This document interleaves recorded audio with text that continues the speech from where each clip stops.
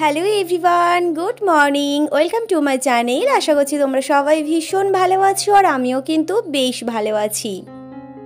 আজ হলো বুধবার, ঘড়িতে এখন বাজে সকাল 7:30। ও এখনও ঘুমাচ্ছে আর আমি এই যে একটু চা বানিয়ে নিয়ে আসলাম। নিয়ে এসে ব্যালকনির জানালাটা খুলে এখানে বসে বসে একটু চা খাচ্ছিলাম।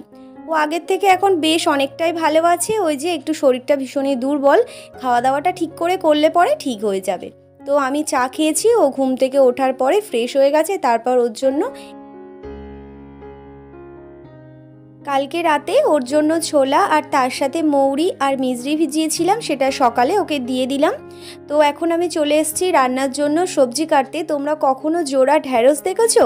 এই যে আমি দেখলাম একটা, অনেকগুলোই আর কি ছিল, তো তোমাদের সাথে শেয়ার করব বলে আর কি হয়ে উঠছিল না। তো একটা ছিল, তাই আর কি তোমাদেরকে দেখালাম। আলুটা না ঘরে বাড়ন্ত ছিল, তাই বাপি সকালে বাজারে গেছিল, বাজার থেকে এক ব্যাগ আর কি আলু নিয়ে এসেছে। আর আমি এখানে রান্নার জন্য সবজি কাটতে বসে পড়েছি।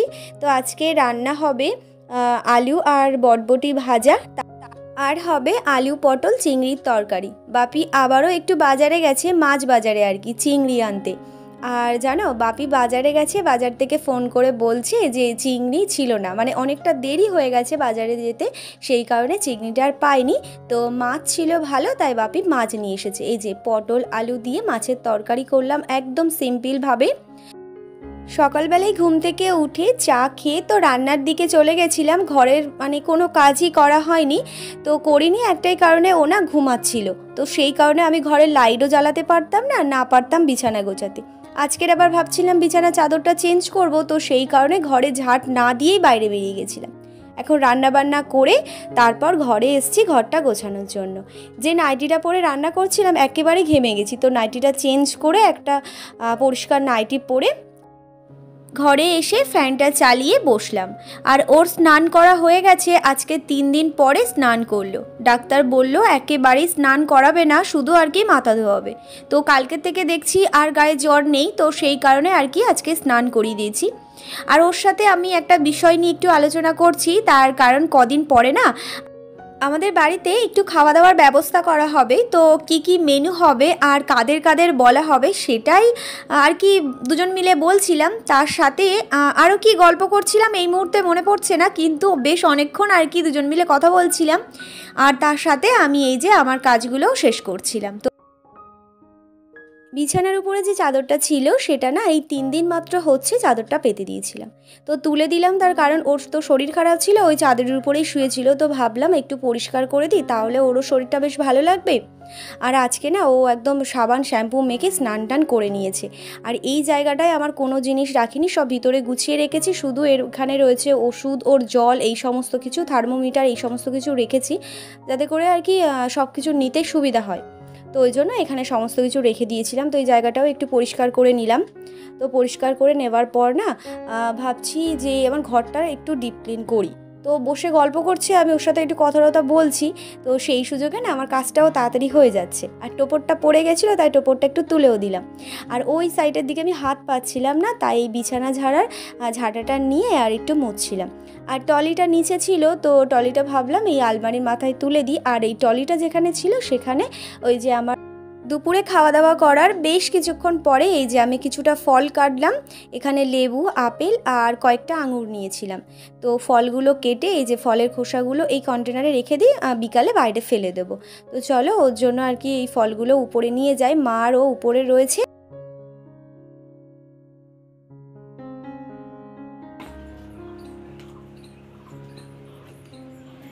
এই বডি লোশনটা না শেষ হয়ে গেছে, ফেলে দেবো, তাই এখানে আর কি রেখে দিয়েছি ঘর থেকে নিয়ে এসে।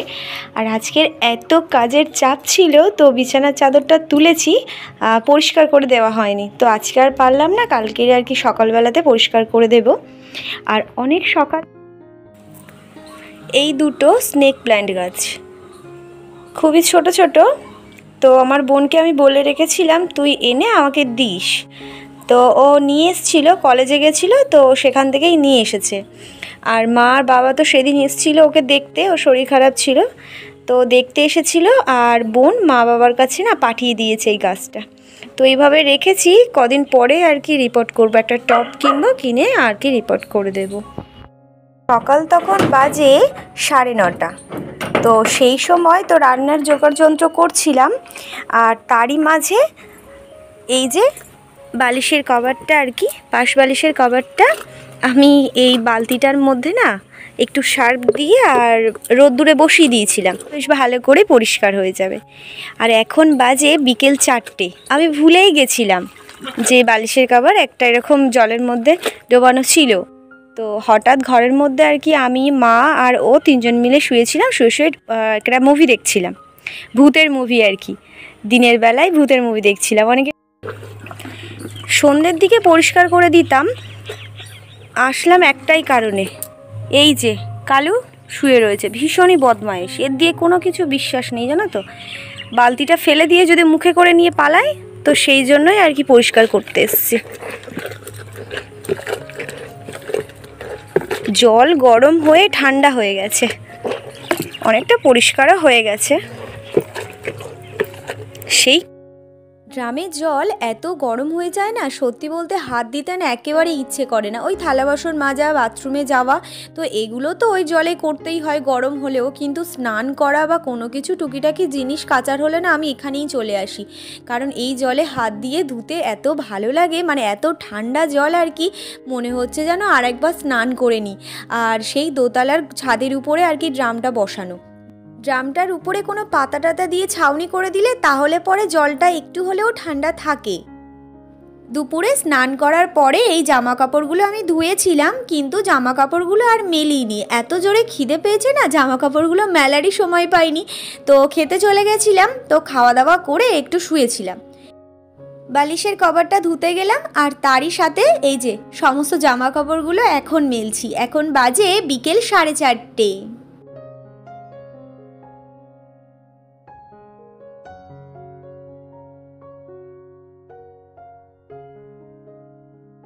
গুড ইভিনিং, এখন বাজে সন্ধ্যে 6:30। তো সন্ধ্যে দিতে যাব, আর ও না একটু বেরিয়েছে কদিন ধরে, মানে কদিন বলতে শনিবার থেকে আজকের বুধবার, 4 দিন হয়ে গেল ও বাড়ি থেকে বেরোতে পারেনি শরীর খারাপের কারণে। আজকের বেশ অনেকটা সুস্থ রয়েছে, তো বলছে আর বাড়িতে থাকতে ভালো লাগছে না, যাই একটু বাইরে থেকে ঘুরে আসি। তাই ওই যে বাইকটা নিয়ে একটু বাইরের দিকে গেছে, বেশি দূরে যাবে না, ওই কাছাকাছিই যাবে, একটা কাজে বেরিয়েছে। বাপির বাইকের না ওই যে স্কোপটা ভেঙে গেছে, বাপির বাইকের ওই যে চাকার স্কোপ ভেঙে গেছে, তো সেটাই আর কিও আনতে গেছে। তো আমি চেঞ্জ করে যাব এখন সন্ধে দিতে, তো চলো চেঞ্জ করে নিই, সন্ধে দিতে যাই।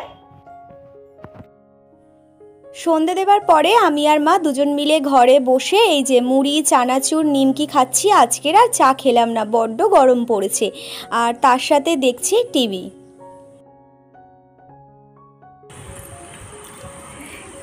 সেই যে বিকালে জামা কাপড়গুলো মেলেছিলাম সেগুলো আর তোলা হয়নি, তো ছাদেই ছিল আর হাওয়া হচ্ছিল বলে ভাবলাম যে শুকিয়ে যাক, তারপর তুলে নেব। প্রায় শুকিয়ে গেছে, একটু একটু আর কি ভিজে রয়েছে। তো যাই হোক, আজকের ভিডিওটা এখানেই আমি এন্ড করছি। তোমাদের কেমন লাগলো অবশ্যই জানিও, আর যদি আমার ভিডিওটা তোমাদের ভালো লেগে থাকে তাহলে একটা লাইক করো, আর আমার চ্যানেলটিকে সাবস্ক্রাইব করে আমার পাশে থেকো। Tata, good night.